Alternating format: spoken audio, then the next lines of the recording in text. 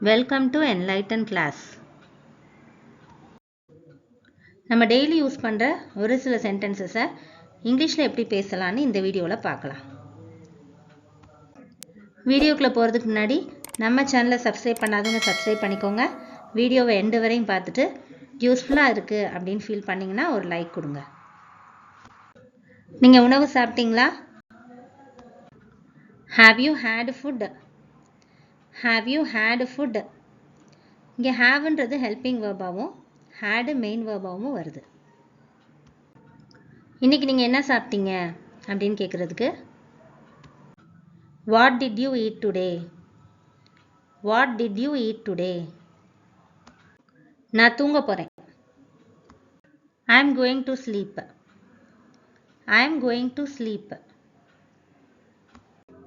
நான் உள்ள வரலாமா? May I come in? May I come in? வாங்க போகலாம். Come, let's go. Come, let's go. எனக்கு நினைவிருக்கிறது. I do remember. I do remember. இது ஆங்கிலத்தில் சொல்வது எப்படி? How to say this in English? How to say this in English? நான் பேங்க்ல இருக்கேன். I am in bank. I am in bank. அதே மாதிரி நாம வந்து ஆஃபீஸ்ல இருந்தா I am in office. ஸ்கூல்ல இருந்தா I am in school அப்படின்னு சொல்லலாம். வீட்ல இருந்தா I am at home அப்படின்னு சொல்லுவோம். ஹோமுக்கு மட்டும் atன்னு வரும். தயவுசெய்து நகருங்க. Please move. Please move. அது என்னுடையது. That is mine. That is mine. அதுவே இது என்னுடையது அப்படின்னு சொல்றதுக்கு this is mine அப்படின்னு சொல்லுவோம். எல்லாம் முடிஞ்சிருச்சு. It's all over. It's all over. இது போன்ற தவறுகள் எளிதில் கவனிக்கப்படுகிறது.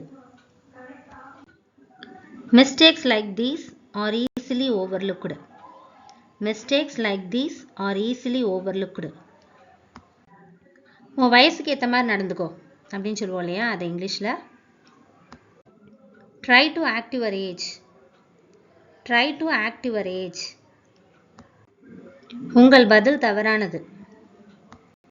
Your answer is wrong. Your answer is wrong.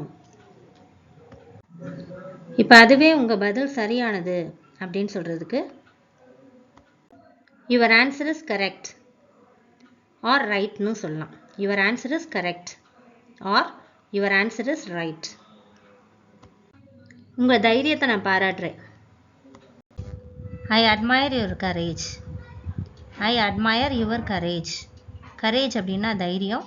admire பண்றது அப்படின்னா அதை பாராட்டுறது இல்லைன்னா எனக்கு பிடிச்சிருக்கு அப்படின்னு சொல்றது. அது உங்கள் வீட்டிற்கு அருகில் உள்ளதா? Is it near your house? Is it near your house? அது உங்கள் வீட்டிற்கு தொலைவில் உள்ளதா அப்படின்னு கேட்கறதுக்கு Is it far from your house? Is it far from your house? Far அப்படின்னா கொஞ்சம் தூரமா இருக்கிறது. தூரத்தை குறிக்கக்கூடியது. எனக்கு அவர்களில் யாரையும் பிடிக்காது. I don't like any of them.